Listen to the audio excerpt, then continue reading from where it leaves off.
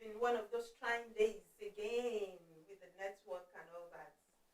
Um, I'm sure some of you must have seen the post on Instagram that Adetutu Oshofowora will be able to join us today again because of the usual network wahala of Nigeria.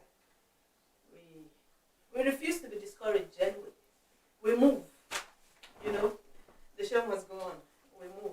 She actually made lots of effort. She tried. She kept looking for different kind of network so that she'll be able to be here today. But I guess it's one of those days. But she's going to come one of these days. We are going to look for a way to bring her in one day, and hopefully, fingers crossed, everything will go as planned. But welcome to Real Talk. My name is still Odun, and today, like I said, we are coming for the singles. So all the single ladies, put your hands up and the eye up.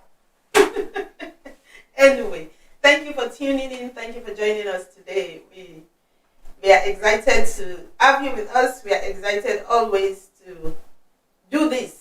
It motivates me. It gives me the courage to know that somehow, somewhere, someone is learning something, someone is getting something. And that is actually a motivation for me. So thank you for tuning in and thank you for joining us.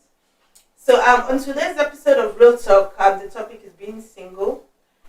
What does it mean to be a single person? What are the challenges you face as a single lady, especially when there is this expectation in the society that you should have been married or you should be having children, stuffs like that. How do you navigate these waters of singlehood, especially when you are the matured single, like we used to say? So we'll try as much as we can to address some of these challenges and some of these questions today. And with me is one of my darling sis. She's an aspiring lawyer. She's a singer. She's a songwriter. She part-times as a fitness trainer and is the owner of Mimi's Bites. God comes first to her at all times. She's an avid reader and a great lover of music and dance. She is a stepper. I mean, what? Welcome to the show, Mimi. Thank you. Thank you for. There was a crash on I-45, I think. Yes. And so it was extra stressful getting here today. Yes. I know, we are sorry. No, it's fine. Thank you. Thank you for sitting with us. Of course. So let's go straight into it. Being single, what does that mean to you? Being single, legally, we just say if you're married, you're single. But being single is just basically the period or season where you get to explore yourself. It's just basically, everyone believes that being single is when you're not in a committed relationship. Not in talks doesn't count. Mm-hmm. So just being single is just when you're in that zone where it's just you and you're not actively building towards sharing your life with somebody or anything like that. That's what I believe being single is. Okay, let me ask you this. You said being single is not when you're all by yourself, like you're not actively in a relationship or married. So what about a widowed person or a divorced person? Can we say they're single? Technically, yes. Because when you're filling all these forms, like I know my place of work, there's you have like married, single, divorced, widowed, and I'm always wondering that why is it that widowed and divorced is not included in single? Because I think again, there's always that tie when people have gotten married. It's the union of marriage is a very big deal. Even as Christians, we know it's you become one. So at that point in time, even when it's separated, like when they say till death do us part, at that point in time when there's that separation, it doesn't always register to the person. It's not like, oh, I never found anybody. And I think it's also mostly about the stigma about being single. So at least if I was divorced, at least I was married. It's not like no one loved me enough to marry me. I've been married before. If I'm widowed, I didn't choose to lose my spouse. And it's just something that happened. So I feel like people would rather still have that. At least I am not alone. And right now, if you fill in the forms, they even tell you like partner. You have a partner that you're living in. Yes. So that committed relationship, because everyone is trying to shy away from the whole single of it all. So I don't know. Okay, it's because I've always wondered that a divorced person is single.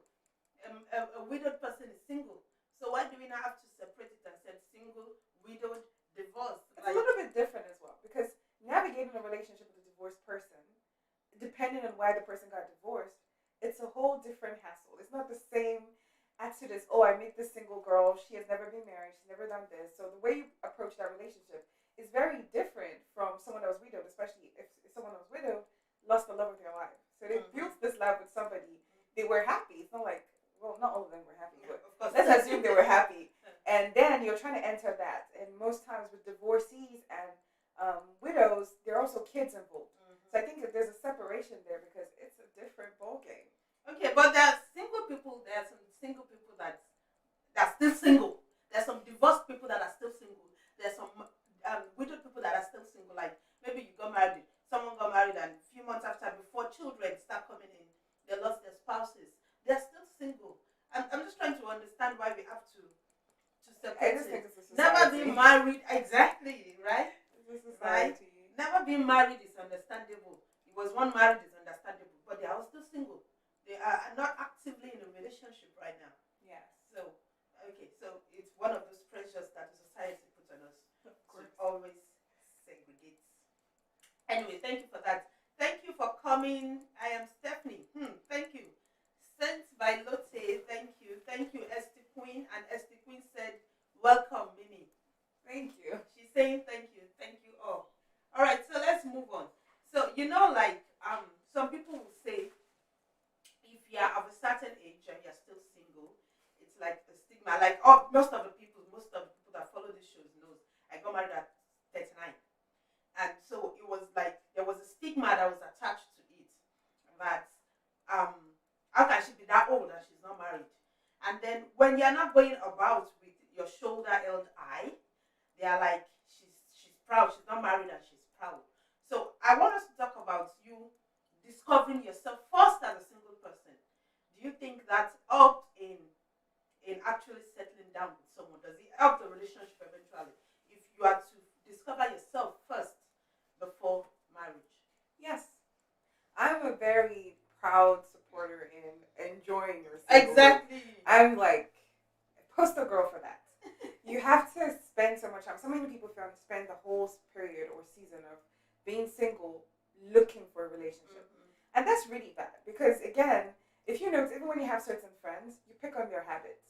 So if you like music for this period of time, well, I like the songs you like because we're hanging out. So most people that have been in relationships their whole life, from one relationship to another, they never really discover what they like for themselves. And the thing about that is very bad or tends to be really bad for relationships is that you don't know who you are as a person. You're waiting for this person to kind of make everything make sense. So when, once I get married, I will be traveling more. And once I get married, I will be so happy. I will be complete. Once I get married. And it's just so much pressure to put on another human being. Yeah. Because the reality of it is very different from that. It's not, I don't know why, a lot of people romanticize marriages. And I'm like, yeah, that's fun and all. Yeah, like Hollywood it's real. It's real. It's very different. Yeah. It's even with friendships, how hard it is to maintain relationships with friendships, or even siblings that you are blood. More so another individual that grew up so different. So I think like if people just get out of their heads about this whole relationship, society will pressure you regardless. You can choose to be pressured or not. You can just kind of decide, okay, I'm going to be happy being me. And if you're not happy with yourself on your own, you cannot be happy with somebody else. Exactly.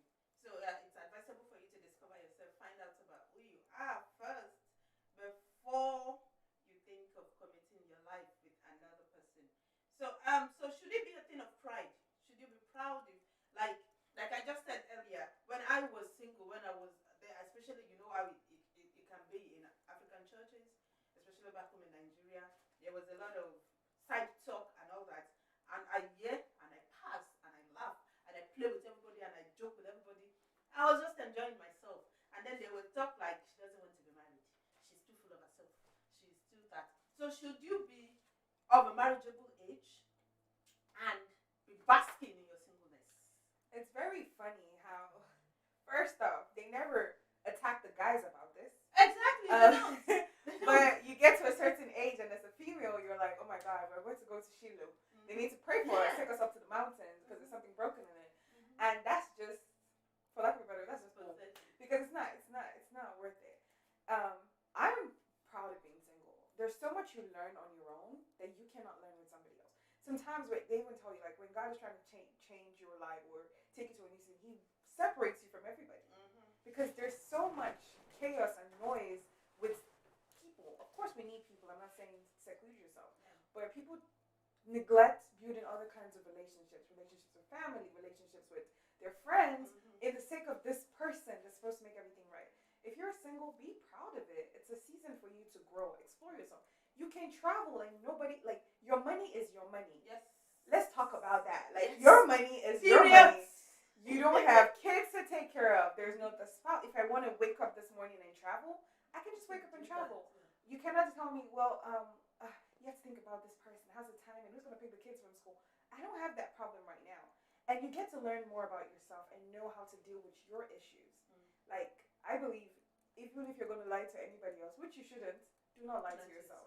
You need to have those conversations with yourself. Why am I like this? Why is it hard for me to do this? Why can I not commit to this? What is this? What is this? How can I motivate myself without outside motivation? All that is done in the period you're single. And if you want to build your relationship with God, the best time to do that is when you're single. There are no distractions. You can actually focus 100% of your energy into developing that relationship with God and knowing how God talks to you as an individual, so you're not dependent on other people to tell you what God said. Oh, wow. Thank you, Mimi. Thank you. So someone said marriage doesn't guarantee happiness.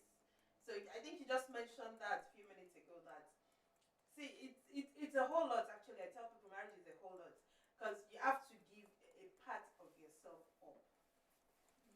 Most of the time, we don't want to admit it or agree, but that's the truth. You have to give a part of yourself up. So enjoy your singleness and, like Mimi said, bask in it. Back up your back and travel whenever you like. That's part of the perk of being a single person. So now let's talk about this lack of desire. Like, I know someone back home in Nigeria. She was actually way older than me. And she's like, I don't want to be married. I don't want to get married. So is it wrong? No. For you not to desire to be married?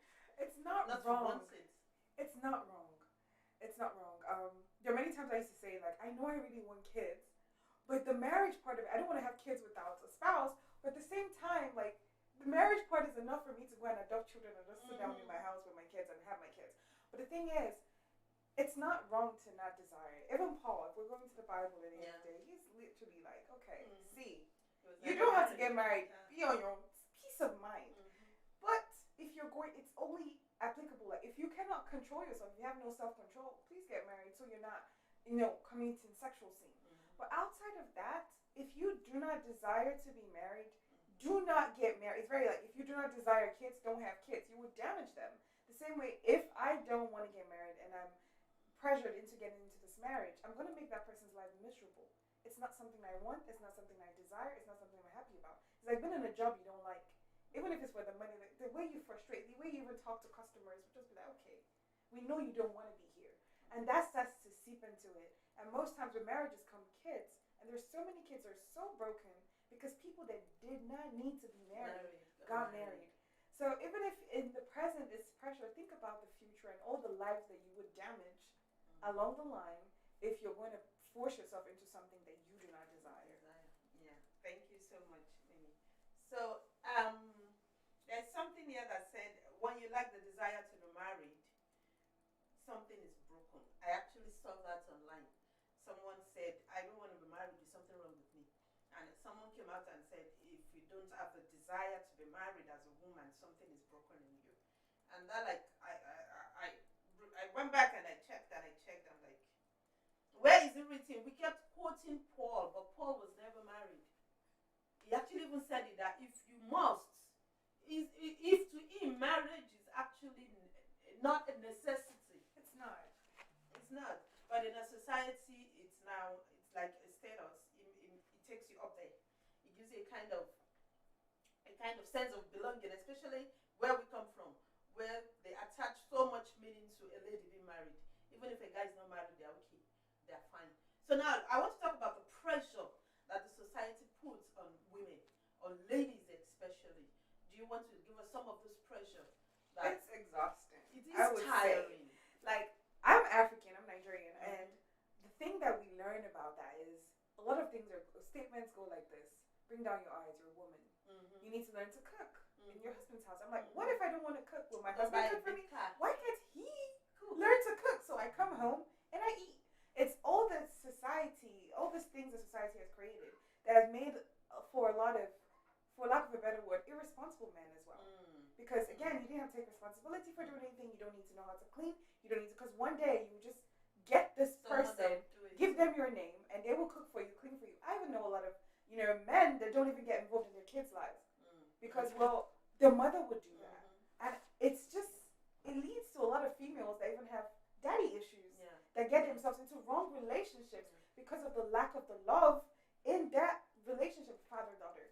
So I think like there's a lot of pressure, especially with women. Why? It's a man's world. We're used to it at this point. I think they said it's a woman's world. No, it's a man's world, but it's nothing without a woman. Yeah. But somehow, it tends to be more like that. Because if a guy says he doesn't want to get married, they would understand, especially if the guy is well-to-do. Yeah. Especially, they'll be like, okay, I understand that. Yes, you don't want any woman to come and cause confusion in your home. You don't want any woman to come and take your money. But what if I make my own money? Why do I still need to get married? I had a friend that was saying that her mom, when she was going to get her PhD, her mom was like, do you want to do that? Who will come and marry you when you've done this? And I'm like, I don't understand. If you're intimidated by success, should you they will tell you not to buy a big car. Because if a guy see you driving that big car, they won't want to talk to you. If I want to buy a house right now, so be it. If I've worked hard for it and I can afford it, I want to go and do that. But somehow society is more like, well, you're a female, so I should want to rear kids. People that have had kids will tell you that that's not an easy job. Like, why would some people would literally say, why would you want to do that? Your body changes, your life changes, your life is never your own again. And then if you now have a kid and you're not connected to that kid, or you don't want to have the kid, if you want to give that kid up, people start seeing you as someone that's broken and unlovable, or you're very mean, you're wicked, you're possessed, there are evil things in you. And I think that's just a lot of, I don't even know where that stems from. That's a whole different conversation, but it's interesting that it's more about the females. There's more pressure on the females, and there's more pressure in like outside society. I think it's actually the pressure the society put on us. I think over time it's been drummed into our head that once you're a woman, the end goal should be getting married. Every other thing you do or achieve is secondary. The end goal is the marriage, to be married. Yes. Graduate, then get married, then start having kids, and then work the work that would not intimidate your husband. Of course, because you need that. You need to push yourself down somehow. Because if you have money, you'll be proud, and that's not good because you're supposed to submit to the husband. And it's very interesting. I find that really funny because a lot of people use the Bible to justify it. And I'm like, did you read the same Bible that I read when he talks about Christ sacrificing himself, like husband, lay down your life for your wife? If you love somebody, would you turn the person into your slave? Like in that kind of thing, it's serve each other. Jesus said he came not to be served, but to serve. That's the attitude of what love is, outdoing each other in kindness. You do this for me, I want to even do even more. And we enjoy doing it, not to count, well, I did this. Become an asshole. Yeah, so I think it's just twisted. I don't understand it, but it is what it is. Yeah, but even though it is what it is, I always believe that we make up a society. So if we as people can actually change, reorientate ourselves, then also we won't keep saying it's the society, because we are actually the society. So it's we needing to actually talk to ourselves and to say, okay, you want to be married, it's your right. You don't want to be married, it's your right. You want to enjoy your singleness, it's your right. It doesn't mean something is wrong with you or something is broken, like what I said I saw. No, it doesn't mean something is broken with me because I am enjoying my singlehood. So I think if we educate ourselves and we orientate ourselves about issues, then the issue of it's our society is the same, because we are actually the society. Okay, thank you, Mimi. So I want to talk about waiting, like the waiting game.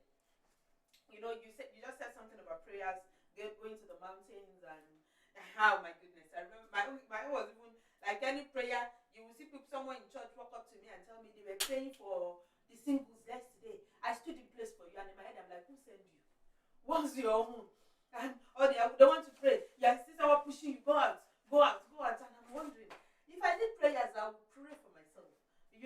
So is there ever a time that waiting is too long as a single lady? Can you ever say, okay, this waiting is too long? People say good things take time. Mm-hmm. I would rather wait And get it right?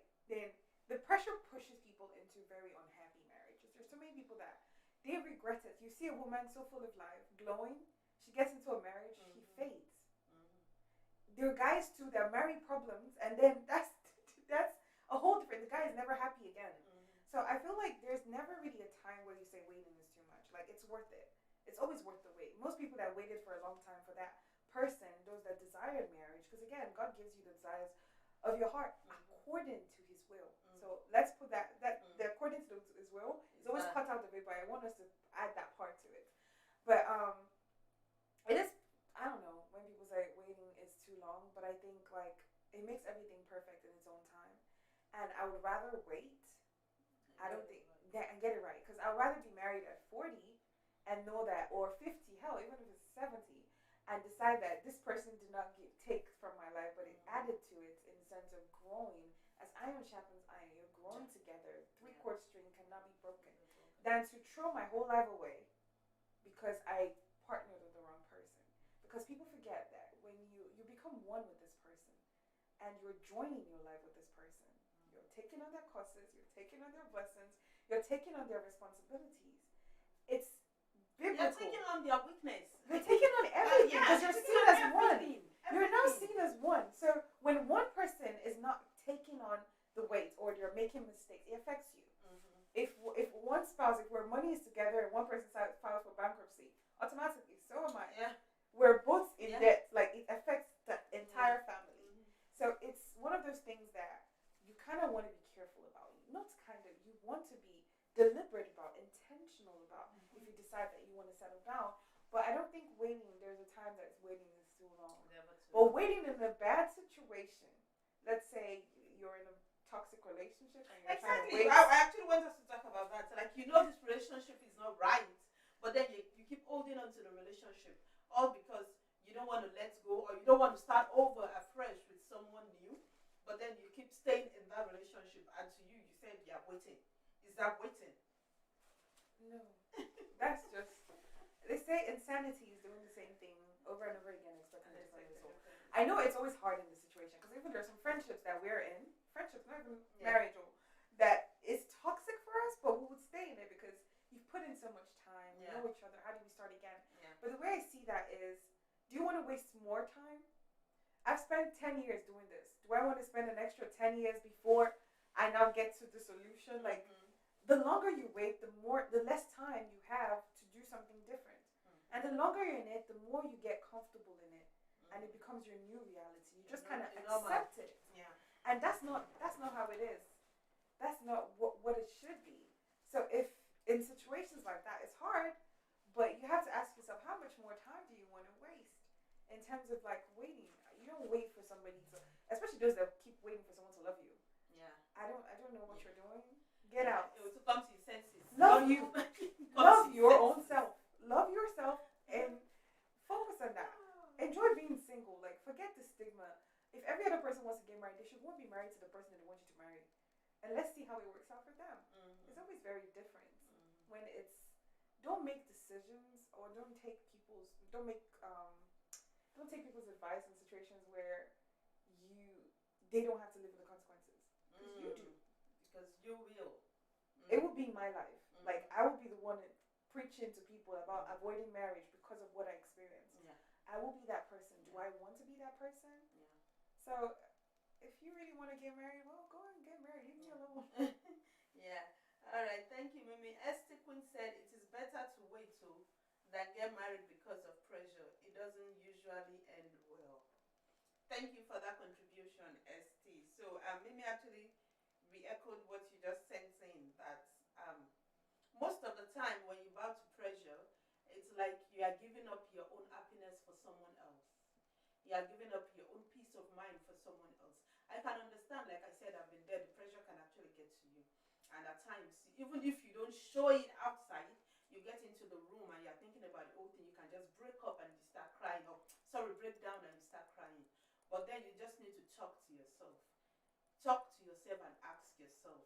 If you are ready to give up your peace of mind and your happiness just to please other people, just so people will stop coming at you, just so people will stop throwing shade. Or I remember there was a time in church that they wanted to do, like, of course it's Mother's Day tomorrow, so they were having a Mother's Day celebration, and they were selling Ashwebi, this Ankara thing, and I wanted to buy, and the person that was in charge of it asked me and said, "Are you married?"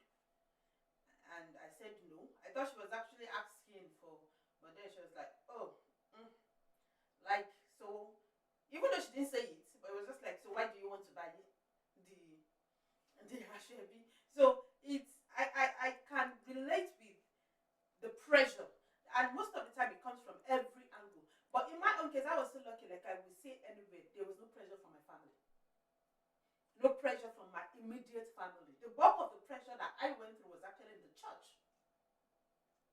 Maybe your own people. Yes, it was in the church. So it's not easy to say, okay, don't bow under pressure, especially when you have people coming your way, and deep down within you, you know that this person is not for me. But then you just tell yourself that I've been waiting for too long. Let me just go. Let me just, let me just accept this person, which I think is what I did in my case. You all know my story. Anyway, moving on. Do you feel like an holiday outcast? Like, once it's Christmas is fun fair, there's love in the air, everybody is going to their family, everybody is getting ready to celebrate with their family, you're getting gifts, you see your friends getting gifts for their husbands or getting gifts for their wives, and you are still there, you are still single. This feeling of an holiday outcast, is it real or is it a myth? Well, it can be real, depending on the kind of holidays. Because Christmas, Valentine's gets where it's just like, oh my God, it's like nobody loves you. Mm-hmm. But I think the feeling comes, and we have to be very careful in that season, because again, that's where it gets very, well, I don't want to be alone. I don't want to spend Christmas alone. I want to do this, and you start letting that feeling enter. That's when different things slip in. It's like when it rains, it pours. Yeah. When you open that little room in your heart for, okay, well, it's whatever, I just don't want to be alone. Let that never be the reason why you choose to be with somebody, not being alone. I need to share this, because again, last Christmas was one of those Christmases where everybody was like, partners were wearing the same clothes. You could not go out because you were stuck with your partners in the house. So. And then everybody was doing the whole Christmas thing, Christmas trees, by the Christmas tree. You and your spouse, everybody wearing their 90s and their crack, and it's like, okay. So me, that I don't have a family, so have you? It's a bit different. And I think what you should do instead of kind of like, because if you're single, you're not the only single person in this world. Yeah. Have your girl group of your single people. Have your guy group of your single people. Like, people have fun. Hang out with people that make being single fun. Mm-hmm. Go out. Do things like, okay, create your own adventure. There are different forms of family. Friends are family, like in a different way. Focus on building other relationships as well. Yeah. Instead of just waiting for that person that will now have kids. Because before they took that picture, do you know how many times the kids ran out of the picture? Do you know how much stress? You don't see the bad. We never see the bad. Yeah. So it's always good to just kind of put that in perspective. Think about all the times you smiled when you were unhappy, all the times that you portrayed a different picture from the reality, and then just assume that's what everybody's doing. It helps you feel better about yourself and just be like, okay, it's not worth the stress. But just be very mindful in this, because that's when they get you. It's that moment where you're let down, when you feel alone. Don't, just because you are alone or you're lonely doesn't mean you're alone. God is always with you. People are always with you. Just open your eyes and appreciate those that are there, instead of waiting and imagining this person that's going to come and fix everything. Mm-hmm. Yeah. Thank you, Mimi. So, invariably, there's nothing like an holiday outcast. It's just a myth. It's just a myth. So, you don't have to feel like an outcast because it's Christmas, or because it's Valentine, or because it's one 4th of July. Whatever it is that it is, you don't have to feel like an outcast, or you don't have to feel lonely. Anyway, I won't use the word lonely. I will say feel alone, because lonely, I think it's more of a personal thing. It's deeper than being alone. And sometimes because you can actually surround people. Yeah, surrounded people and still be lonely. Yeah, so it's actually a more deeper meaning. Anyway, thank you, Mimi. So let's move on to letting go of a relationship that is not working. How do you do that? How would you suggest to a young lady that, okay, this relationship some people will even tell you that, no, I've invested 5 years in this relationship. I've invested 3 years in this relationship. And even though this guy is abusing you or this lady is abusing you, you're just looking at the time frame of I've invested 5 years. So how do you let go of such relationships that are actually toxic to you, that are not working, that you know will most likely end in premium tears? Pray them out of your life. That's one thing. So from time to time, there are seasons where I just stay and just be like, God, if there are people in my life that are not supposed to be there, regardless of what I think. And sometimes the people that I drop are the people you don't want to drop. Because most times when you're praying that prayer, the people you want to leave your life. Yeah, exactly. So you're praying specifically for that person to leave, but that person doesn't leave. It's now the other person that you didn't even notice. Yeah. And the thing is, step out of it. What I mean by that is get an outside opinion, not bias. Like paint a picture to a random person about your situation. See what they're saying about it. Step out of it, because sometimes when we're in it, we don't see it. We're very in the moment. We don't see everything that's happening. When I'm in the car, I'm having fun. People are shouting, turn around, but I'm having fun in the car. They can see that there's a cliff. Yeah. I'm headed towards it. I can't see that. As long as I'm concerned, I can see a few feet down the road, and it's clear. It's foggy everywhere else, but at least I can see this. I'm happy in this moment. But the thing is, when we're in situations, it's hard to see it. So you need to step out of it. At every point in time, be honest with yourself. Are you truly happy? Does this make you feel good? Does this person make you feel good? Is this person good for you? Do they match your goals? And if you're honest with yourself, you know these things. Many times after things have scattered, and I'll be like, well, I saw the signs. Of course you saw the signs. Yeah. If you were talking to yourself, the signs are always there. And I think letting go of a toxic situation, it's very tricky. It's very, because sometimes it's in your family. Yeah. And it's hard to walk away from something that is your whole everything life. Is intertwined, like both families. Yes.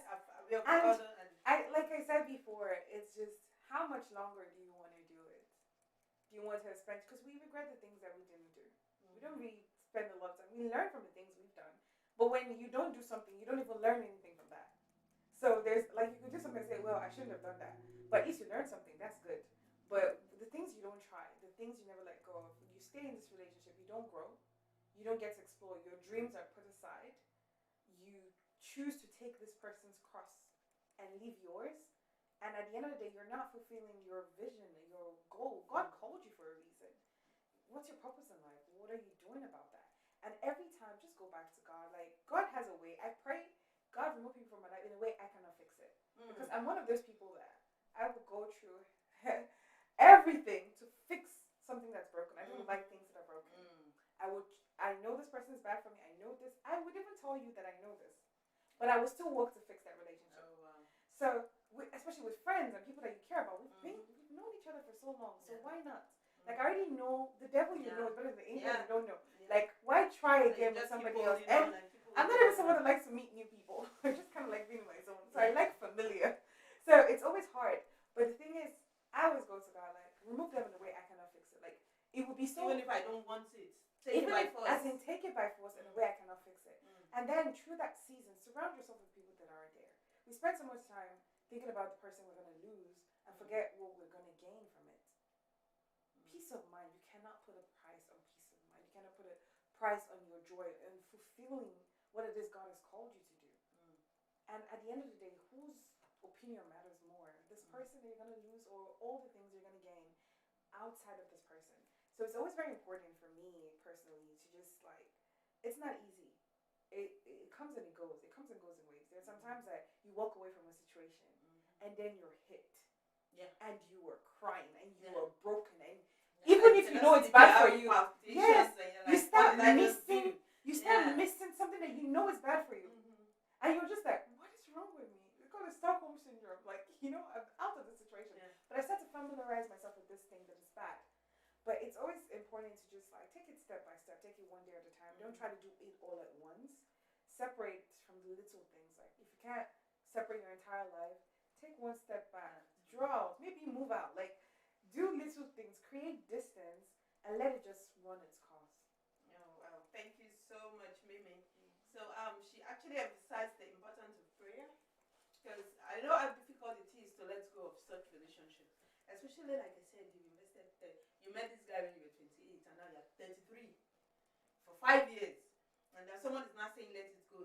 This guy is slapping you and beating you every day. You're like, this one will pray it out. But most of the time, it's difficult to let go of such relationships. But like Mimi just said, there was actually a time I prayed such a prayer, and I said, even against my own will, take it out. Even against my own will, Lord, take it out. It was very difficult for me to get over my divorce. So I'm just saying that now. I had to pray that prayer with tears in my eyes. And I said, Lord, even though this thing is not good for me, and I don't want to let it go, but take it away. Against my own will. So this kind of prayer, because it was a very difficult thing for me to let go. So that's actually even a marriage. You can say that's a marriage. It's not the same thing as a relationship, but it actually starts from a relationship. Because you will know that this thing is not good for you. But because you've invested 5 years, you've invested 3 years, you've invested 2 years, and you're in your early 30s, and you're like, so will I not start dating someone? Will I do this? Will I do that? Take it to God in prayer. And it's important to know that it's not just your romantic relationships. It's your relationship. Sometimes it's work relationship. The person you're in your partnership with in your business. Like even in church. Even in church. Like everything. Like it could be a relationship with a church as well. Yeah. Like do not be scared to just because something doesn't work out doesn't mean the person's a bad person. Or that you're a bad person. Yeah, just because we're for each other. You're just not good. Like it doesn't match. Does not mean love. And sometimes it's better to love from afar. Give yourself that space. So pray about every person you come across, every relationship. Like it's always good to be in that habit of prayer. Yeah. Well, Father, I met this person. There's so many people I met. There's someone I even met this year that I even went to my mom like, this is the person's full name. Start to pray. Because even I felt iffy about it, but I just wanted the extra like, okay. Yeah. I know. Again, hey. But again, ask yourself, by their fruits you shall know them. Yeah. It's better to avoid the 5 years by avoiding it in the first place. Like, don't get into the thing for 5 years. Yeah. If you see the signs, you know it doesn't sit well with you. You know the things that you don't like. Step away from it. It's not by force. Yeah. Thank you so much, Mimi. Thank you, ST Queen. She said it's not easy. Yeah. We know it's not easy. We are not saying it's easy. We know it's just like with prayers it becomes easy. I know there's this time I was on Twitter and a lady said she's actually married now. She said the relationship she let go of before marriage was before she met the guy she finally married was the toughest because she didn't want to. She knew this guy was perfect, but there was something that this guy still does to her that she knows is not something she should take. But then she kept going and going and going. And then one day she prayed. She was a Christian. She's a Christian. She talks on Twitter to encourage single ladies. And she said one day I prayed and I said, Father, if this guy would derail me from your will, take him from my hand. And then the day the guy called and said, I'm not interested again, it was even the guy. Because she wasn't ready to let go. Yeah. It was the guy that called and said, this thing is not working. And she said she cried. She cried and she cried and she cried and she cried. Even though deep down, she knew it was an answer to her prayer. So this prayer, at least if you're sincere and genuine with it, it actually works. God does answer prayer.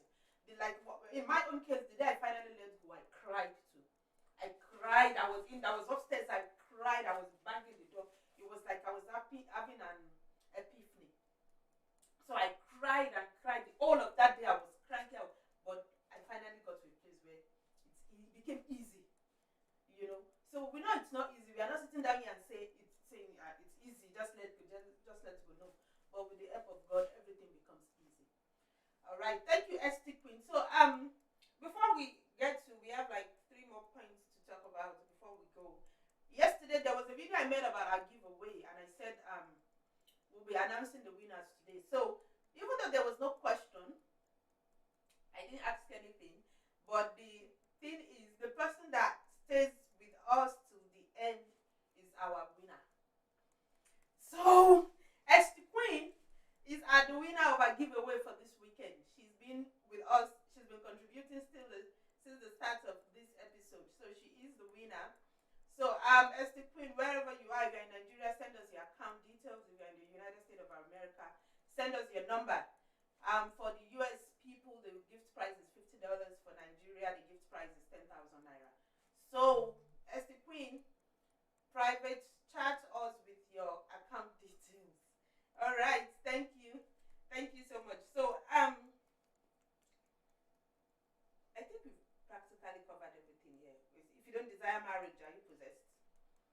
in my own case, I remember my friends started calling me. There's something they call Emiri. My friends will tell me I'm Emiri, like that I'm possessed, because they expect me to go about with a sackcloth on my face. Like all my friends were married. All my friends. In fact, some were even divorced. They were married and divorced, and I was still single. So and then I'm going about and jumping. They are going for these parties. I'm going. They are doing this and that. I'm dancing. I'm doing all my thing. And, and some of them will just say, "This girl is either Emily. She doesn't want to be married." So are you possessed if you don't desire marriage? If you are not, if they consider that being possessed, you're in great company. A lot of the apostles, even Jesus didn't get married. So, hey, to each your own. But you're in great company if you feel like you don't want to you don't have to desire it, and you're not broken because you do not desire it.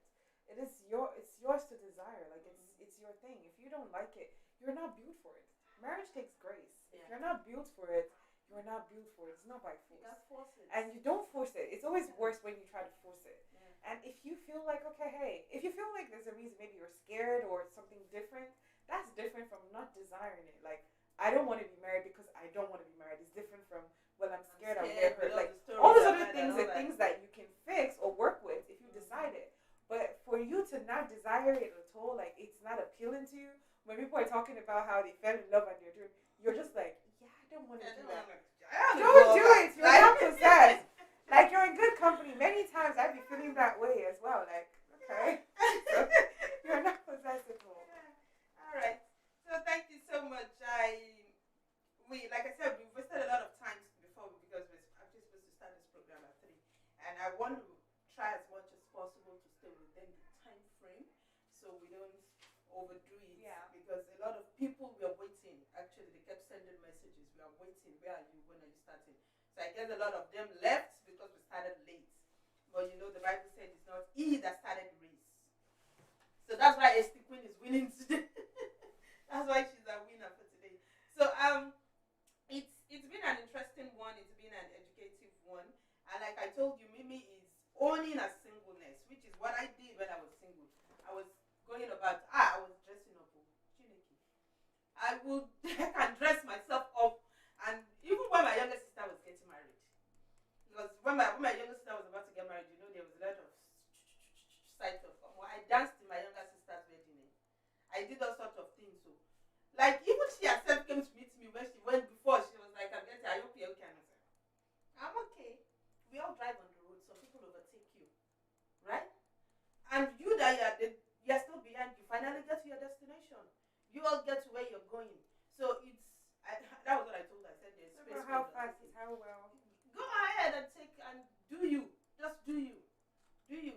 But then, like I said earlier, in our society we need to reorientate ourselves and stop, because we are not all we all have our own threshold for our capacity to take criticism or to take what will I call it, all this side talk, all this shit. Some people can take it. Do you understand? If we say we are strong enough, we can take whatever it is that people are saying and just move on. Some people cannot, which is most of the time why they actually bow to the pressure. And sometimes it goes far left, because it's not just bowing to the pressure and getting married. Some people get so depressed they can't find someone, they kill themselves. Like, you're putting think about people's mental health before you ask that question that you want to ask. That it's not your business. Just leave it be. Just pass. See the sister in church, greet her and go. If you're praying for her, she doesn't need to know that. Like, she doesn't need to know that. Like, you can be worried about it and everything, but make sure that when you're praying as well, be asking for God's will to be done, not what you think should happen to be done. Yeah. That's just how it works. Thank you. Pray for her in your closet. If you must pray for her, you don't need to go tell her we are praying for you. Don't worry, this year God will do it. Like, what am I asking you for? What is your own? God will do it. So this year is your year. Claim it. See, let's be sensitive, please. Let's try and make our society a better place. Let's be sensitive. Let's be more empathetic. Let's not just think we can just. I remember one girl said, someone asked her, they were all doing New Year, Happy New Year in church, and they were like, we hope it's this year we'll come and eat rice. And she said, send me your account number. Let me send a bag of rice to you. Yes. Let me send a bag of rice to you. Is it not to eat rice? You can eat rice, because I don't understand why you're waiting for me to get married before you eat rice. I can set the bag for you to cook in your house and eat. So talks like that we should try and just control ourselves. Control ourselves from saying things like that. Some people, she is a strong person. I can say, let me send you rice. There was one that asked me if I was married, and I asked her, do you want to share your husband? She stopped talking to me. It was in church. Yes, do you want to share your husband? She stopped talking to me because why are you asking? So our monitoring spirit. Yes, so someone said they are monitoring spirit. That's it. Yes, and it's also actually really funny because some of them will tell you the story of their bad marriage. And they ask you where you get back. I'm looking at you like because you just gave me a story, but you're like, hey, we're not alone. You know this, and I'm looking at you like there's nothing about what you just said that is even appealing to me. If I wanted to get married before, right now, I don't want to. So it's just mind your business sometimes. Save yourself the stress. Nobody's sinning by being single, so you don't feel the need to go and convict. Let the Holy Spirit convict them by themselves. Like, just leave it be. And you just want to say something. You just want them to feel as if. Like, I think we should talk about that. This title of Mrs. You feel you have an edge over someone that doesn't have the Mrs. attached to their name. So you can just come out and say anything because you are Mrs. Lagbaja and this other person is just Mimi. But you are Mrs. Odun. As in, say, if you really feel you need a title, go and be a doctor, be a barrister, put all the title name, go to Jerusalem and add JP behind your name. Do everything. You would have your titles. Either way, you want titles? Get all the certifications and put it in front of your title. But some people that doesn't really equate to being a Mrs. Barrister, doctor, engineer. Like, by the time you finish calling my name, there's no space for the Mrs. Like, do what you want to do. Put ambassador in there. Like, add all your names and then you'll be okay. If it's about a title, but being Mrs. is like saying, okay, I've become like, okay, I've taken your name, I'm this, and you're sharing this. In a way, okay, cool. But so what? How does that have to do with you as an individual? You don't get married and lose your individuality as well. Exactly. I think that's actually the thing, that individuality thing. Because most of the time it gets swallowed up in what is called marriage. That's the truth. It gets swallowed up because there's nothing like me anymore. There's nothing like hi anymore. It's not we. It's not we. So that's one of the things you need to think about before buying into that pressure. It's not we. Like, everything is shared. Everything is co-owned. We're okay. Where are we going today? And I'm looking at you like, I want to go out. I don't want you to follow me out. So yes, it's a different. I want to go to the mall now. I have to wait and say I need to go to the mall. Is everything okay with the accounts? Can I go with the credit card? It's a lot. But anyway, you have to be deliberate about it. You have to be intentional about it. You have to tell yourself, actually, I can do this. Before you now said, okay, let me go ahead. And you need to be ready to choose it every day. Mm-hmm. Because every day you make the conscious decision to be married on. Yeah. Like, it's not, you can't just wake up one day and be like, I'm tired. Mm-hmm. There's too much riding on it. You can't just be tired. You have to find the strength in that time. So just, wait. Take your time. Take your time. Enjoy your singlehood. A lot of people that are married want to have that liberty and that freedom of, let me just go. I remember when I was researching, there was a time we did an episode on motherhood. I was researching and I saw an American lady said there was a day she actually felt like walking out of the door and not coming back. She had 3 kids and she felt like, so those days will come. At times you feel overwhelmed. The thing is, even when you're single, there are days you get overwhelmed. Now imagine when you are overwhelmed and you now need to think of your husband, you need to think of your kids, you need to think of a lot of things. I'm not discouraging anybody from getting married though. I'm just saying that, of course, it is a good thing to be married. Yeah. It was ordained by God. It's part of the plans of God. But I'm just saying, don't put yourself under that pressure. Don't make it a do or die. Don't make it a do or die thing. All right. Thank you so much, Mimi. Thank you, Imma. Imma Eka was our guest on the show last week. Was it last week or 2 weeks ago? So she joined the show today too. Thank you for joining. So, Mimi, before we go, can you just give us your final thoughts about being single? Being single is amazing.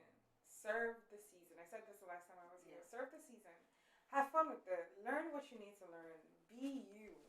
And know that if you desire to get married, when the time is right, it will come true. And it will be with somebody that fits into that calling that God has for you as well. Like, you have to be in tune. You have to make sure that before you get into relationships, you're checking with God just so you don't waste that whole time, and just make sure that you and this person, you're in sync. Your decision, like not just what they're saying. Don't just pay attention to what people are saying. Pay attention to what they're saying. Pay attention to what they're doing. By their fruits you shall know them. How is this working out? Is this something you like? If you can't tolerate it today, you're not going to be able to tolerate it tomorrow. So just don't try to start compromising before you even need to.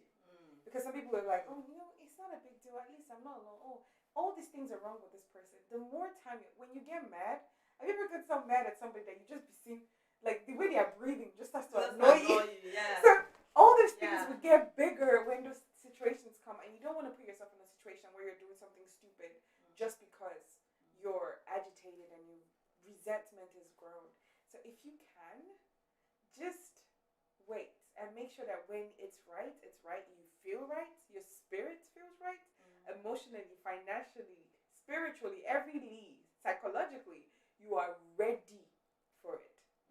And then, hey, go ahead. Yeah. All right. Thank you so much, Mimi. Of course. Thank you. So, anyway, thank you all for joining in. So, in my own final thought will be, Mimi has said everything. She like, some people will just be like, she doesn't know what she's talking about. She's single. Yeah, she's single. Exactly. Which is why we brought her. Which is why she's here to tell you that I'm single. I'm owning my singleness. I'm basking in my singleness. I'm enjoying my singleness. Should you desire to be married if you want to? Yes. Should you work towards getting married? Yes. But in the meantime, while waiting, what are you doing? While waiting, how are you adding to yourself? What are you doing to make yourself ready for that man that you're praying for? Are you discovering yourself? Are you taking this season to discover yourself? To analyze yourself, to analyze your actions? Because in my own case, I do a lot of thinking now after the breakdown of my marriage. I'm being vulnerable just to help people out there. I do a lot of thinking now after the breakdown of my marriage, and I analyze myself a lot. And I ask myself, why did you do this? Why did you do this? So it has like given me the opportunity to self-analyze and to think about myself and to ask myself, if I want to meet someone else, do I want to meet this person the way I was before? Or do I want to be a better person? So that I don't end up getting the same results that I got from the first one. So the waiting period most of the time is a time for you to take stock of yourself, analyze yourself, discover yourself, find out more about yourself. Like for me, if not for the breakdown of my marriage, I don't think I can sit down and do this. Do you understand? So it's a time for you to find out more about yourself, discover yourself. While you're doing that, you become a better person for that person that is coming. And once you discover yourself, you know yourself, it becomes difficult for someone else to walk up to you and bobo you. Explore. Yeah, explore. Enjoy. Have fun. Have fun.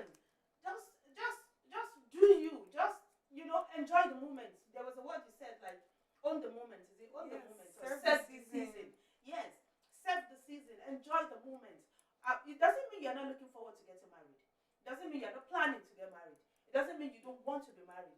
You're just making the best of use of this time while waiting. So I hope we've been able to give you our own nuggets, a bit of our own nuggets. We don't know it all. We are just doing the best we can do.